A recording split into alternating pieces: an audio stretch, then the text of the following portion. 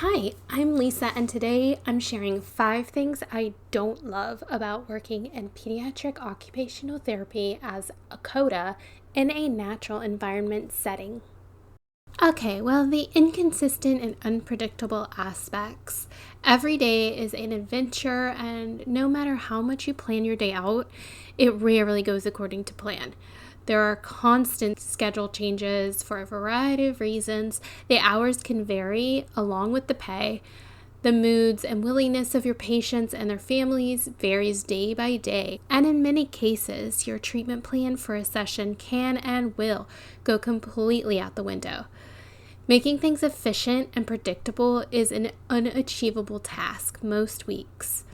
The weather is even an issue and isn't consistent, which can really affect your day, especially if you're working outside or traveling from house to house with a lot of materials to carry along with you. Every day you will face a shift in the plan and will need to adjust something and adapt to a new, unpredictable path. The more you try to control the outcomes of your day, the more stressful it will be. Okay, number 2. Therapy can be challenging. We all know this. Even though we try to make things fun, we also must make progress and attempt to reach the patient's goals. This means some aspects of the session will include non-preferred activities and will be a challenge and difficult for the patient and for us to navigate. Many kids are still working through emotional regulation, self-regulation, impulsiveness, and communication. So, when given a difficult challenge to face, things can feel very out of control for them, which can create a lot of resistance and negative behavioral responses. Many of the families are also working through a lot of thoughts and emotions, trying to manage the challenges of life with a special needs child. You will encounter all ranges of emotions and reactions from both children and their families sometimes, and some levels that can seem almost impossible to handle. Whew. And this is kind of part of number 2. There is also the relaxed environment of treating in a patient's home or in an open source environment that can feel challenging. So some kids and families feel that since you're in their home, the dynamic of authority has shifted and you are there to do what the kids want and not there to guide and teach them the new developmentally appropriate skills.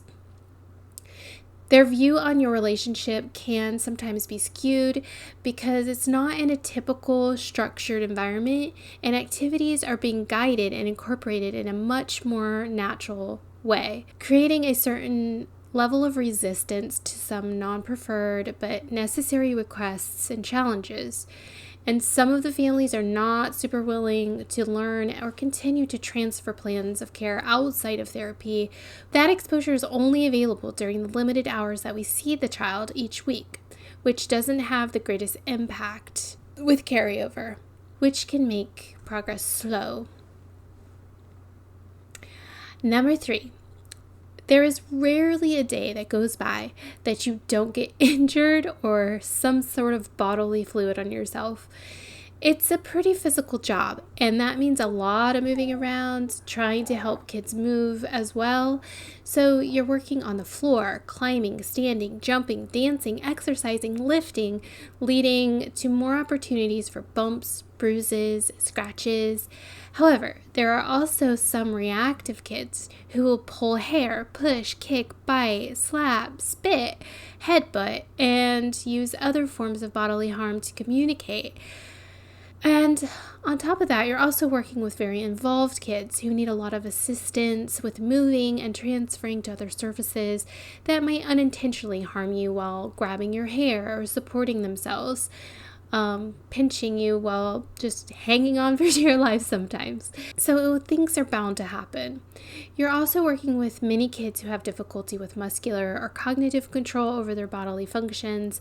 So drooling, coughing, restroom leaking, and the like can be common and just all a side effect of the job. Okay, number 4, the limited therapeutic equipment, supplies, opportunities, appropriate toys and games, etc., for enhanced exposure and skill development. Being in a clinic gives you access to so many different opportunities that are targeted towards your specific goals, and sometimes it can be challenging to find ways to get the goals that you need to accomplish with the limited resources that you have.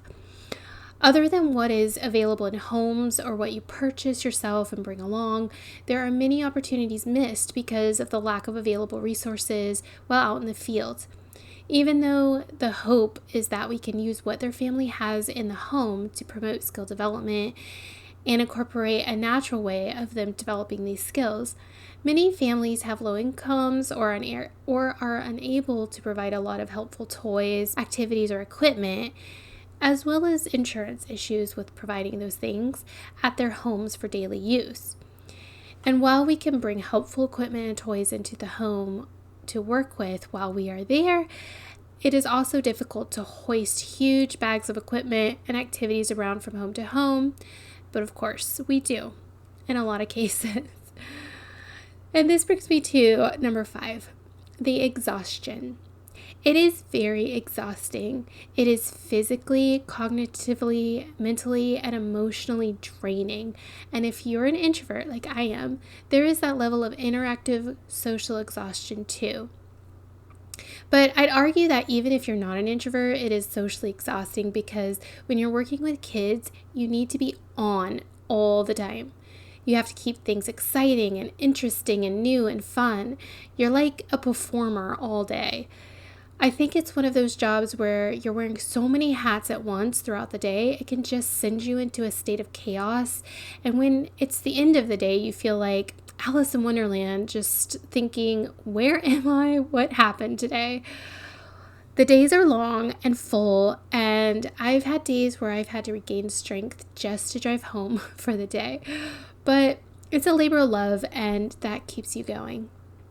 Of course, there are pros and cons to anything, so if you missed part 1, don't be discouraged and check out the 5 things I love about working in as a natural environment therapist.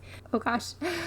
Okay, let me know what you think, and if you're a therapist, if you have similar experiences, or, share some encouraging things in the comments as well. All right, I'll see you next time. Bye.